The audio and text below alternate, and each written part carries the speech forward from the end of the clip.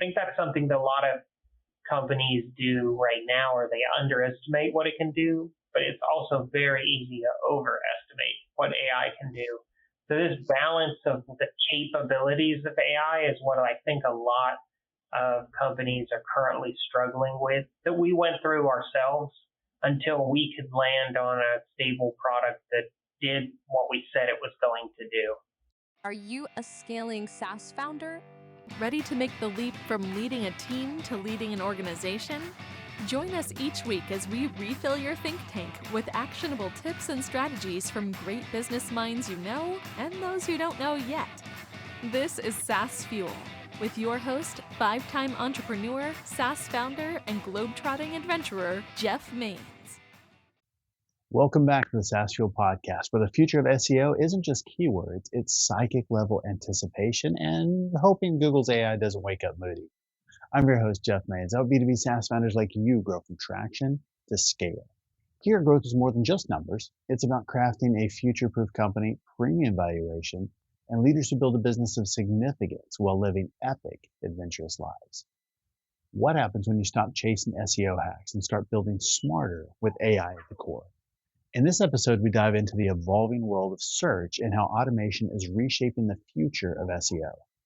Forget the headlines claiming SEO is dead. This conversation proves it's not only alive, but transforming in powerful ways. We explore how AI can handle the heavy lifting of SEO, freeing up time and energy for strategy and creativity. But automation doesn't mean autopilot. This episode makes it clear human oversight still matters for content quality, brand voice, and compliance with an ever-evolving search engine guidelines. You'll also hear the real talk on building a product in public, why it's better to ship early and iterate than wait for perfection. From user feedback loops to the risk of content saturation, this episode is packed with insights for founders navigating the intersection of search, AI, and startup agility. You're looking to stay visible, stay relevant, and stay ahead in a noisy digital world. This episode offers a grounded, forward-thinking roadmap to the modern SEO. Our expert guest last Thursday was Matthew Snapper, the conversion optimization pro behind Build, Grow, Scale. Matthew shared the tested strategies that have helped hundreds of founders selling online hit 1 million plus, from simplifying site design to micro commitment language and customer-first storytelling. If you're selling online like product-led growth, this episode was a practical masterclass in what drives those conversions today. And our founder last week was Rachel Edwards, founder of Inspiri. She introduced us to the Strategic Personality Blueprint, a platform that turns behavioral data into leadership and hiring strategy. Rachel explored how understanding personality beyond labels can prevent costly turnover, build better teams, and help leaders finally align their people with purpose.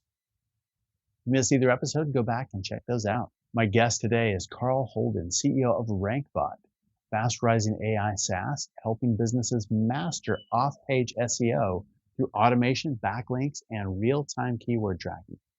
Carl's career spans agency leadership, AI certification across institutions like Wharton and IBM, and a deep track record of content strategy, authorship, and AI-powered marketing. He's also the co-owner of Zealous Marketing, a Forbes Business Council contributor, and an Amazon top-selling author in marketing and analytics. From AI implementation to honest marketing tactics, Carl speaks regularly at events to demystify what's actually working in SEO and also what's hype. Welcome someone helping businesses rise in search by staying real. Holden. Hi, thanks for having me. Well, you built one of Alabama's top marketing agencies, which is amazing, especially in today's world. What made you shift gears and start building on AI SaaS like RankBot? I kind of knew that this was coming. Everybody is seeing it, that AI is starting to take certain tasks. And if you do anything regularly with certain patterns, AI is going to help and or do that in the future. When I saw ChatGPT in November 2022, I knew this was going to change my work and studied heavily, got about 200 hours, like a small mini degree in AI to understand it. And then saw, you know what? I mean, if somebody's going to make an AI that takes some of my job, why not be that guy?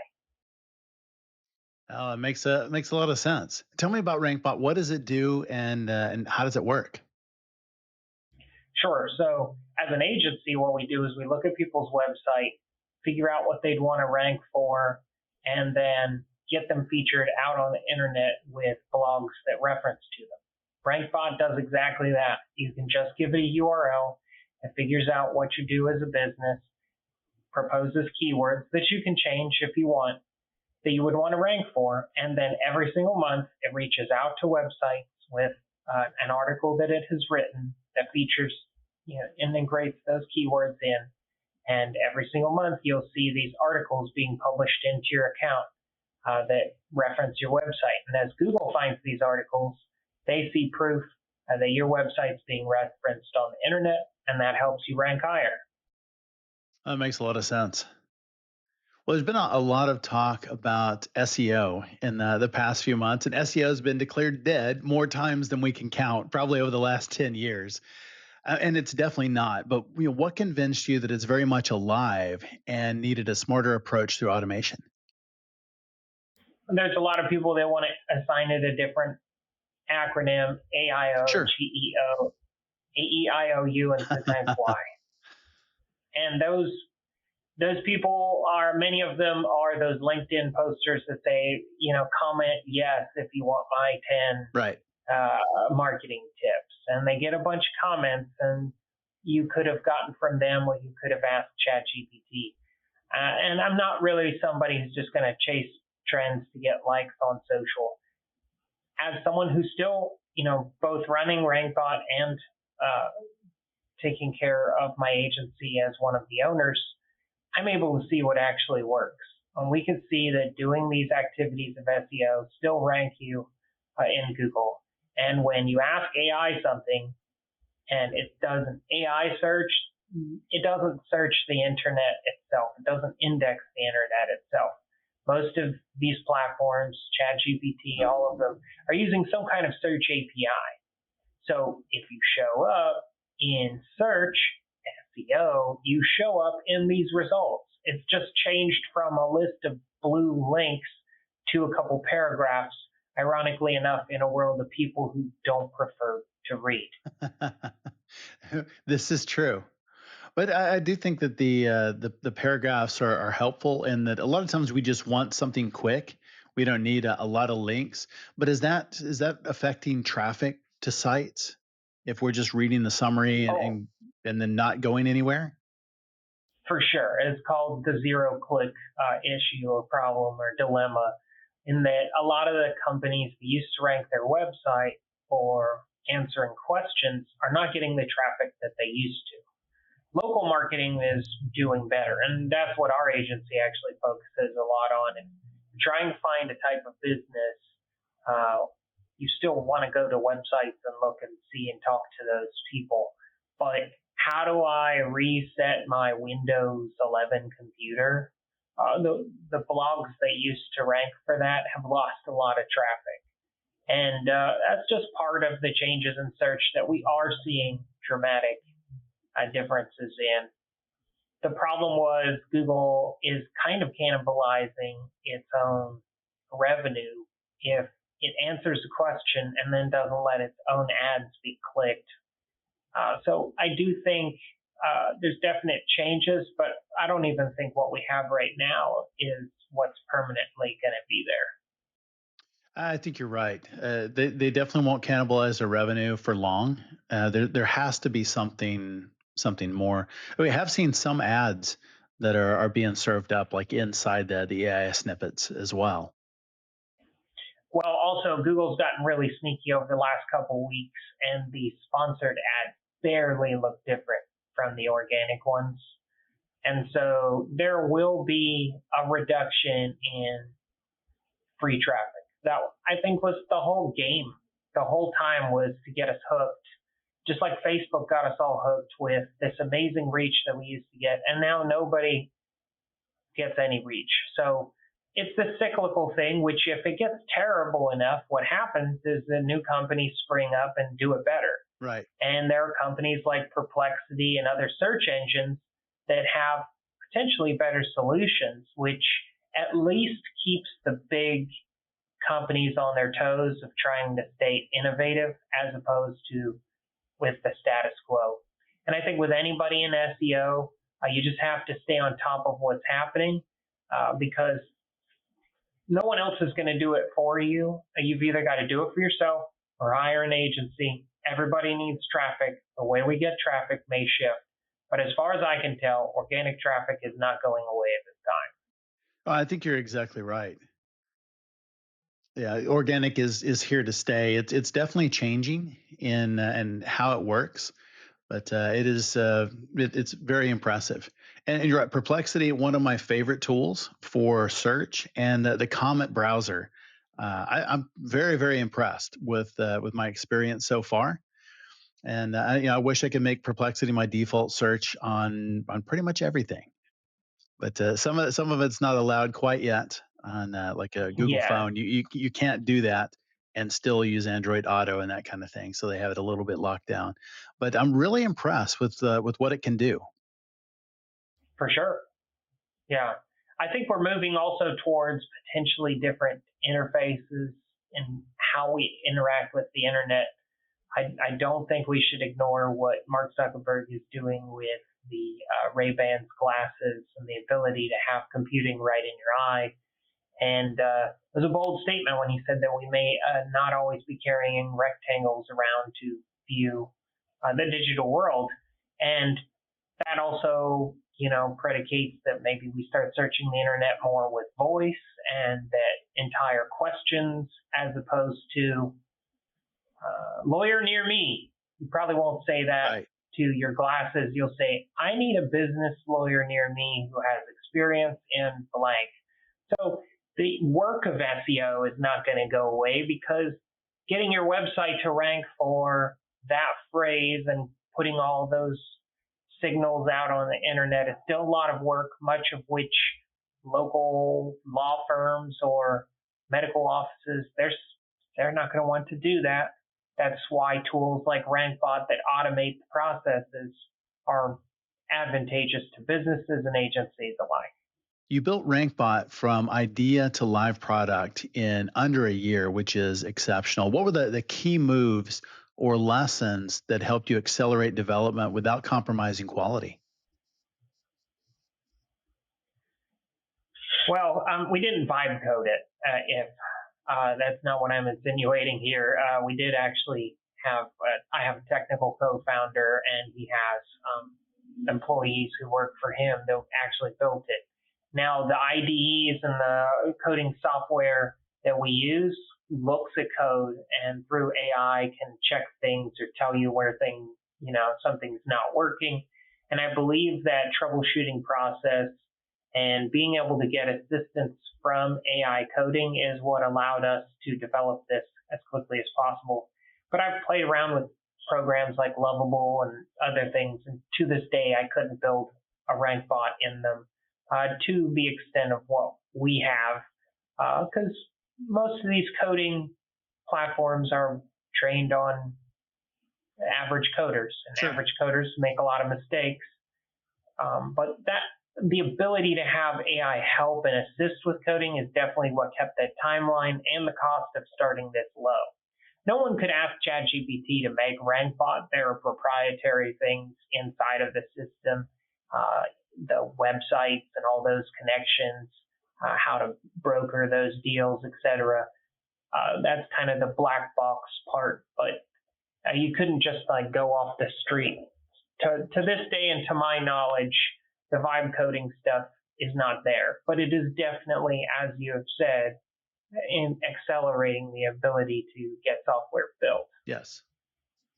Yeah, vibe coding is a really interesting thing, and I think if you're what it's great for is a quick prototype. If you don't want to use Figma, is you can actually build some things, kind of a working prototype, but it's something to go to production. Uh, Unless it's something you don't really care about how it's built, we're just not there yet. But I think we'll probably get there in the next, I don't know, year, 2 years, where we can I actually mean, build some cool stuff. there's no reason to poo-poo on it. I mean, it's only really been 3 years and 2 years Exactly. since we've had vibe coding platforms at all. So the pace at which this is accelerating, none of us should say, well, this is about as good as it gets. Right. People were saying that 2 years ago, and things have definitely changed. Yeah. I don't know where this all ends, but I know that you're at an advantage if you try to stay in front of it as best as possible, because these big companies are losing a lot of money. The people who can productively make money on these platforms are those who are using it in systems like we've built with RankBot to do an actual business objective that drives your ROI. That's huge. And when thinking about ROI, how did you think about your pricing model? It's different from kind of the traditional agency model, or when you think about, backlinks or SEO, very different. I mean, how did you go about the thought process and taking it to market and know that you could deliver at scale? Well, so the bot has to go and negotiate with several different sites until it hits a certain threshold of links that it has obtained. And it's pretty much based on a cost per price, which is competitively lower than most of the current sites out there, like a Rhino Rank or a Hoff. There are other companies that you can do what you see being done with RankBot, but you still have to talk to account managers. You still have to upload your links and your articles and check back whether or not things are working. It's taking all of those, shortening the process by completely automating it, and by completely automating it, it's cheaper. So it is kind of a commodity thing when it comes to building links, which is the majority of what RankBot does. But being able to predictably understand how to get that down as low as possible to make it affordable for businesses, I think we're 20 or 30% cheaper than the closest competitor. And that's pretty impressive, especially for the results. I know that when you build links, I've done it for a long time building this network. And when you need to find sites that do it, there's a lot of brokering, there's a lot of emailing, there's a lot of paperwork. And being able to basically take all of that and automate it out, but still use human language, emails, etc., is what really makes it more affordable and more expandable and scalable for businesses. And that's what we're really proposing, is that you can hire this army of bots that'll go and build these links on pretty much autopilot, except for just telling it what website you want to rank and the keywords you're wanting to rank for. That's really, really interesting. And do you think that's something that will stay the same, or do you think that's changing as well?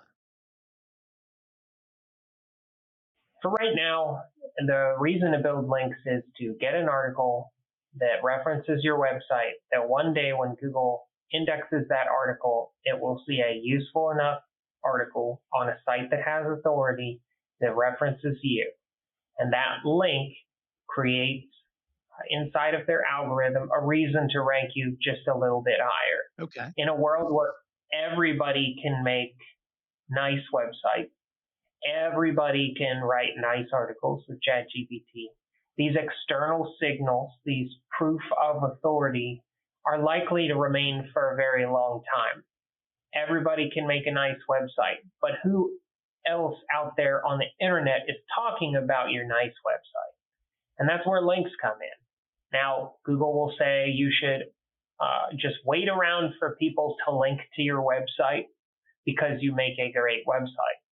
And that's kind of silly because everybody's got a great website nowadays. Right. When it comes to doing SEO, we are kind of pushing on the system and saying, look, we're going to get you referenced out there on the internet because that's what Google has said that it wants. Is that exactly the terms of service of should I be talking to their websites to get me linked? No. But people will say white label SEO. We email people and ask them to link to you without paying them any money. Well, first of all, no one links to you without giving them some money or some kind of kickback. And two, that's also against the terms of service of Google. They've even said you can't email websites and ask for links. That's also against their terms of service. I did not know that. So if it were up to Google, yeah, look it up.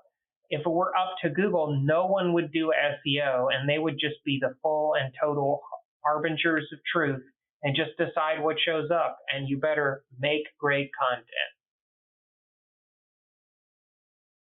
Yeah, that's interesting. Oh, ultimately, I think making great content is still the real key, but certainly having those backlinks. But that's something that traditionally, the way that we think about it, is difficult. It's tedious. It's expensive. How do you do that and make it scalable and Google friendly? I know you said you're using automation, and what's the magic? Well, that's where it's called an agent in that it can do things, it can send out messages, it can receive data. It's not just ChatGPT prompts, but Gotcha. it is using ChatGPT prompts to do things. That's really what an AI agent is, ChatGPT connected to APIs where it can pass information.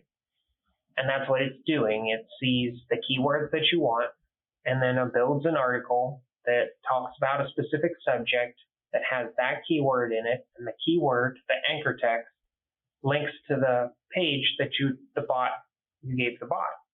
And then when it goes to a site and says, hey, I've got this article, let's work out a deal here that we can get this placed, a deal is made, the article is placed. Once they give the article back, RankBot looks through the article, makes sure it's what was given to them, and then make sure that the link works, because the whole effort is to get you linked on someone else's website. When all of that quality check is complete, it then puts it in the list of links that you've received that month. And it's doing that all by itself. There are many other platforms, again, like I said, where you can go in and tediously ask for things and broker and have to write the article yourself, which everybody's just doing in ChatGPT anyway.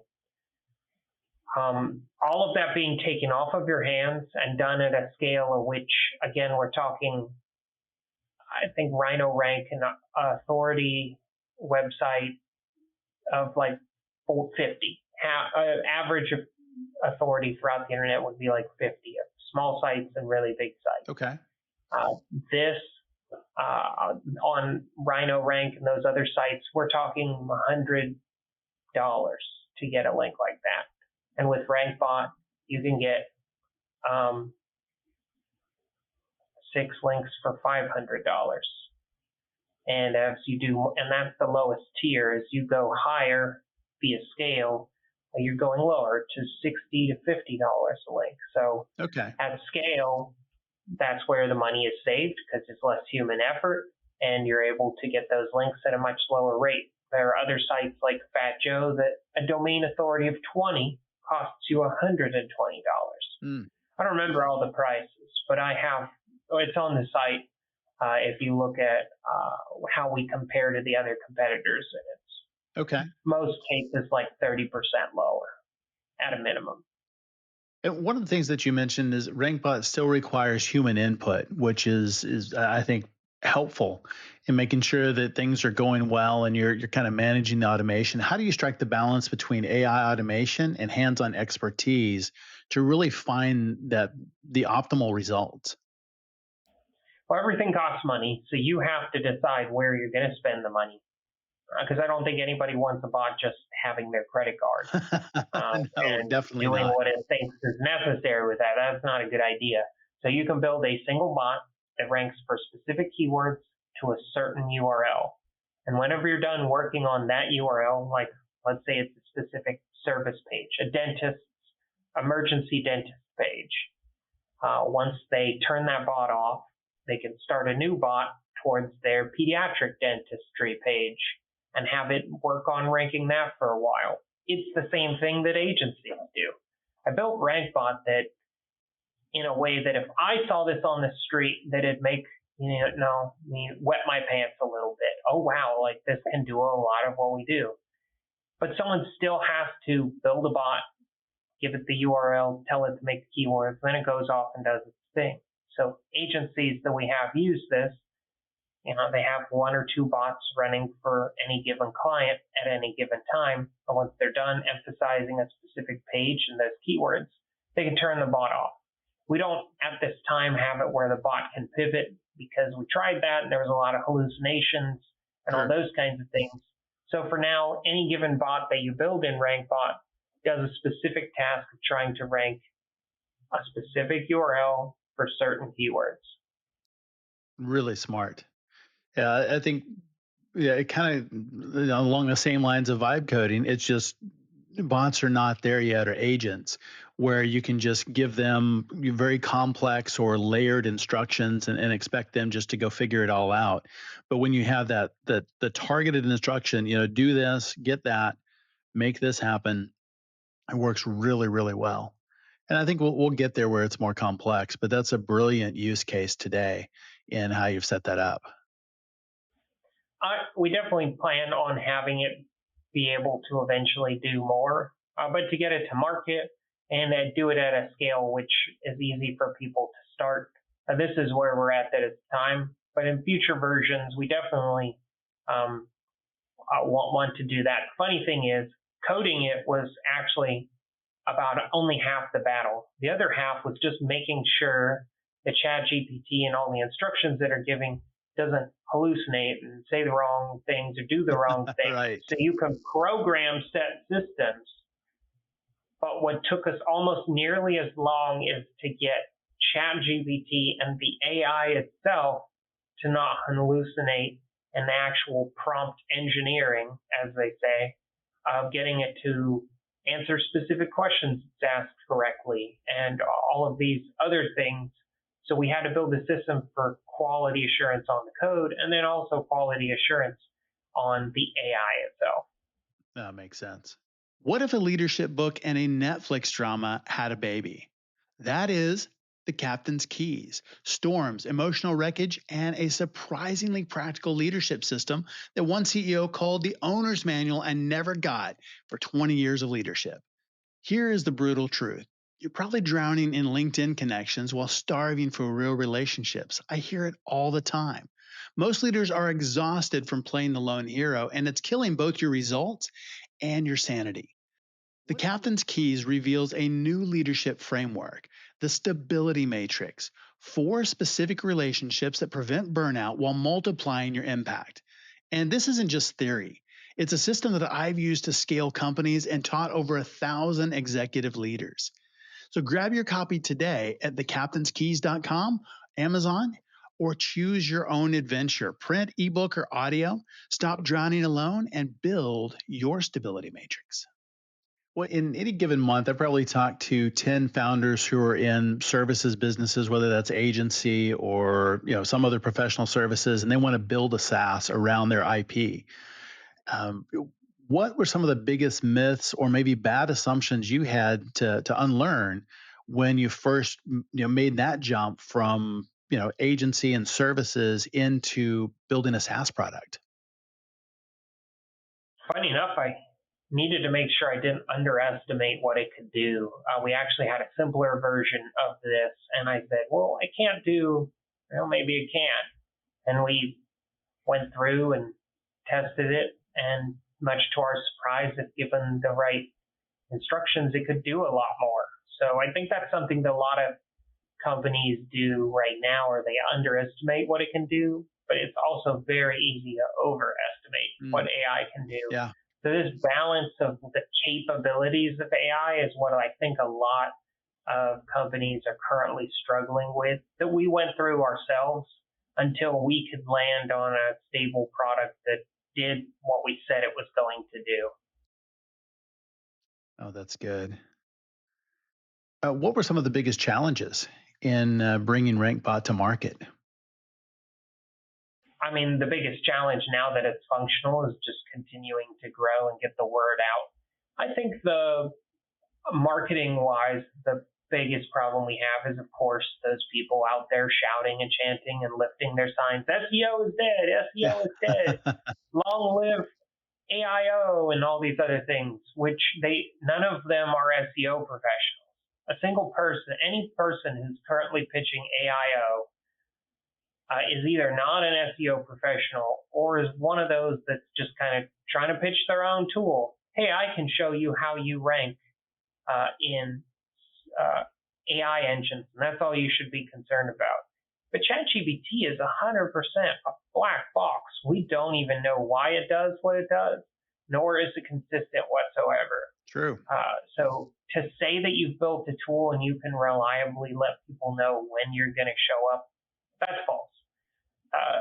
Even as janky as some of Google's tools are, they're at least transparent of what they're doing and how they rank things. Nobody can just tell you how you're going to show up in these systems, nor do they have a predictable way of judging whether or not you can rank higher and why you would do those things. And funny enough, any advice that they give exactly echoes what an SEO person would tell you. What are some of the red flags that founders should look for when hiring, somebody to do SEO or consultants, especially now with all the AI hype and AIO and just like you said, I mean, everybody's shouting because that's absolutely true. What are some of the red flags or green flags? Red flags for me right now is for somebody to say you should hand your website over entirely to our AI platform and let it change whatever it thinks is good. That's scary. I think that's scary, that's risky, and that's legally a very risky business. I don't think you should hand the entire content of your website over. From personal experience of knowing that these things will make assumptions or just completely misunderstand your intentions and then publish things that could get you in trouble. I think that's the biggest red flag, or any of these companies that are saying that this is all 100% hands off and you should just let it go and go watch Netflix. I joke that a little bit on RankBot that, hey, the bot itself has a bit of a snarky personality and says, let me take care of it. But nowhere in the site do I actually insinuate that humans aren't involved still, and it's obvious that you still have to control the platform. I think right now, until we receive a much more stable version of whatever AI is going to be, that's the biggest red flag. A green flag is people telling you this isn't easy. Nowhere in RankBot does it say how many spots you will rank higher in 30 days or 90 days. And anybody who's making those kinds of promises is another red flag. Because in a lot of ways, Google is too a black box. We don't 100% know why you're going to rank in any given month. But if you do the things you're supposed to do consistently, you will on average rank higher. So guarantees and then full takeover of your entity through AI and these big N8N chains that people are posting on LinkedIn like it's going to somehow make you millions of dollars. The only people making millions of dollars are people selling the things that tell you that it's going to make you millions of dollars. I think there's just a lot like of truth to that. Ty Lopez didn't have anything important to tell people. He just wanted to tell people how to look important, to tell people important things with your course. That kind of shilling is still a big problem. From a marketing perspective, how do you get around that? Because I think there's a lot of other SaaS companies that have the same issue, where there's a lot of noise in the marketplace, a lot of people that are just saying things that may or may not be accurate. But from the outside, the buyer's perspective, it's really hard to tell, who's real and who's not. I mean, it's too easy to make up vaporware today and put it out there and have a web page and just shout a lot about it, rather than having substance to a solution. I joke with my business partner, if we were more dishonest, we'd have a lot more money. And that's where it really comes down to it. If money is all that matters to you, there are strategies and ways that you can grow your business that aren't honest, that will trick people, and that will get you the money that you're wanting. But when you're dead, you don't get to keep it. And I believe something happens once we're dead. And so I've got no interest in stacking up a debt on the other side. And so it really comes down to whether or not you want to run an honest, authentic business. And I think over the long term, if you do that, most people who do that will have success. Will they have fame and fortune? No. But if you look at the people who are famous or fortunate out on the internet, and the people that you see, they're not all great people, and they got there for specific reasons. So I just take it at the stance of, if you want to run an honest, at least mostly honest as you can business, uh, the strategies you want to work for you aren't going to work because they would require you to not be a good person. So how do you stand out in a market that is crowded like that with an authentic offer, doing business the right way? How do you become found and win business when there is that kind of noise and other stuff going on in the market? For sure. There are going to be people who chase trends, people who do what they need to get things done. I think it's just consistent authenticity, being out there, telling people what you do, having a good sales team that does the right thing, and you just have to be consistently good at what you do. If your product isn't great, even if you're an earnestly good person, they're not going to buy from you. I've been running my agency for 13 years. It wasn't an overnight success. And a lot of the people that you see, even these big multi-billionaires, took them a long time to get where they are. Sure. And at scale, nothing really grows, in my opinion. Nothing goes viral without a lot of effort on the back end. ChatGPT, went viral. It took them nearly 15 years to get to ChatGPT 3. Right. So anybody who's pitching some kind of overnight success algorithm or set of prompts really is just trying to sell an idea, and they are part of that dishonest ecosystem. In my opinion, it takes just a lot of hard, long hours and effort and doing what you're supposed to do and getting it out in front of people if you want to maintain that moral standard. Yeah, ultimately, I think you really hit on it. It's the results. If the results are what drives new business. When you have success, when you have clients that you're boarding, you're doing a great job for, and that's driving success, then that brings more people, and you end up with a little bit of a viral effect just from those referrals. Yeah, you want the people who want to do business with you because you're good, not because you're popular. Over the long term, the toxicity and problems that occur in those people's lives is that they've been seeking attention from the wrong types of people, and it eventually bites them in the butt. So I have no interest in running that game. Many people do. Unfortunately, Instagram and TikTok and stuff is teaching Gen Z to, kind of go after that always next thing. And I think there's a lot of mental issues that can cause with people. But you stick to it, you do a good job, and you create good products, you generally will do well over time. How has running an agency and having that background shaped your product decisions? Building a tool, it's intuitive, it's effective. For the business owners, you are delivering results. For business owners, not just other marketers. Well, part of the reason why this product makes sense for me is I also have a whole team of people actively doing this right now. So when something adjusts in the market, we can adjust it in RankBot. And so concurrently running both makes sense because I'm literally doing it by hand over here to then try to figure out how to automate it and scale it. We have a lot of local clients in our area, a couple of which have used the platform, but for the most part, the RankBot side is this ability for me to scale what we're doing to really any market.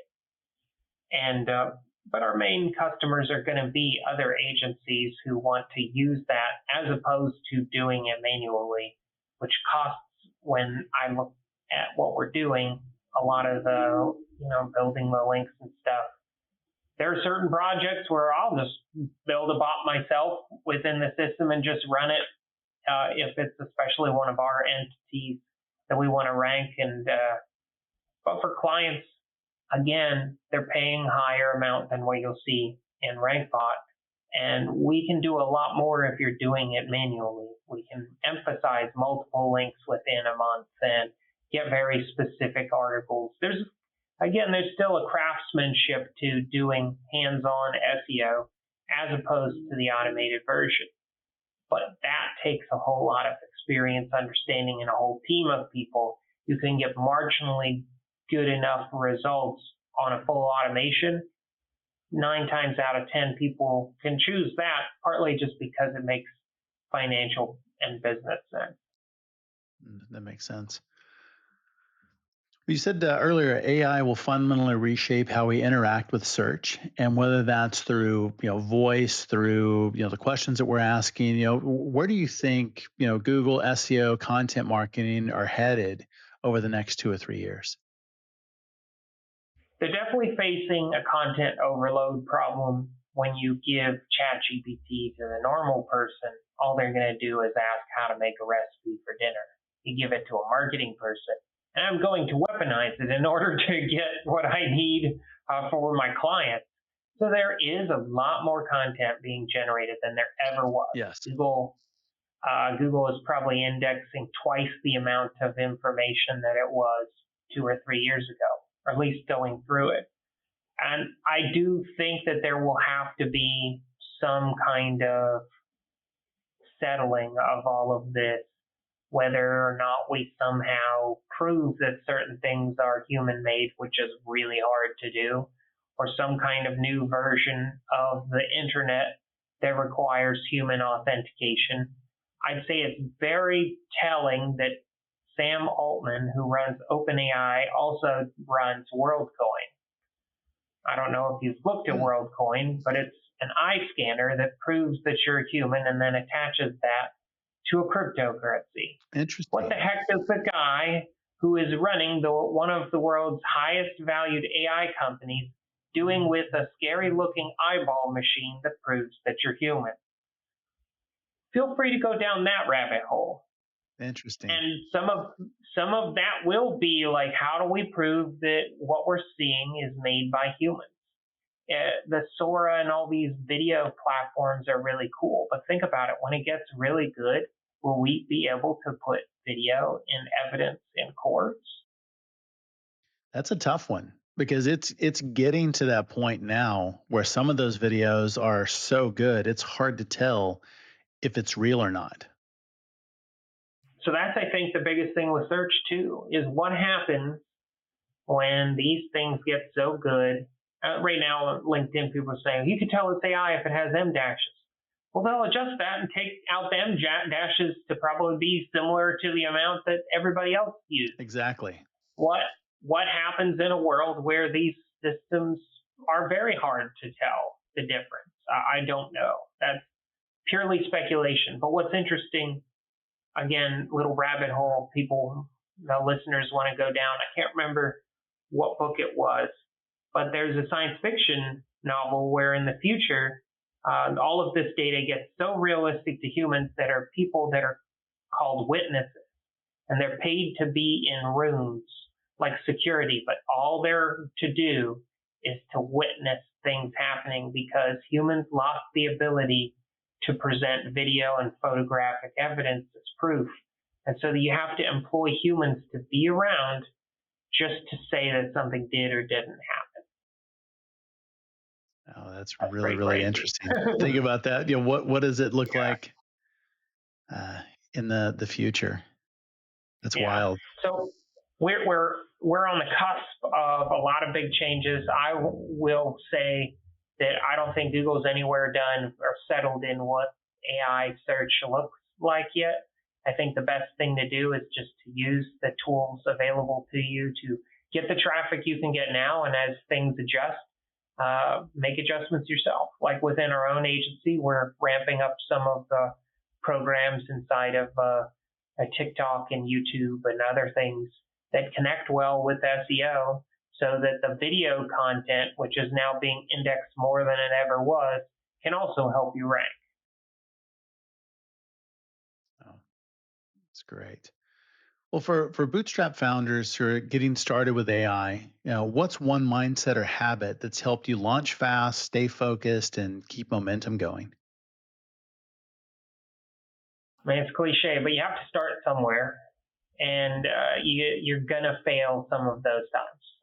I think a lot of people hesitate to not get started and at least put something out there. When we first launched RankBot, there was still like 2 or 3 things that could be better, but we've got them worked out and we're improving those, and we'll improve more as we move forward. I think a lot of people, especially bootstrapped, are hesitant and think that things need to be perfect, but there's a term that a lot of blogs and other entrepreneur and podcasts are using, build in public.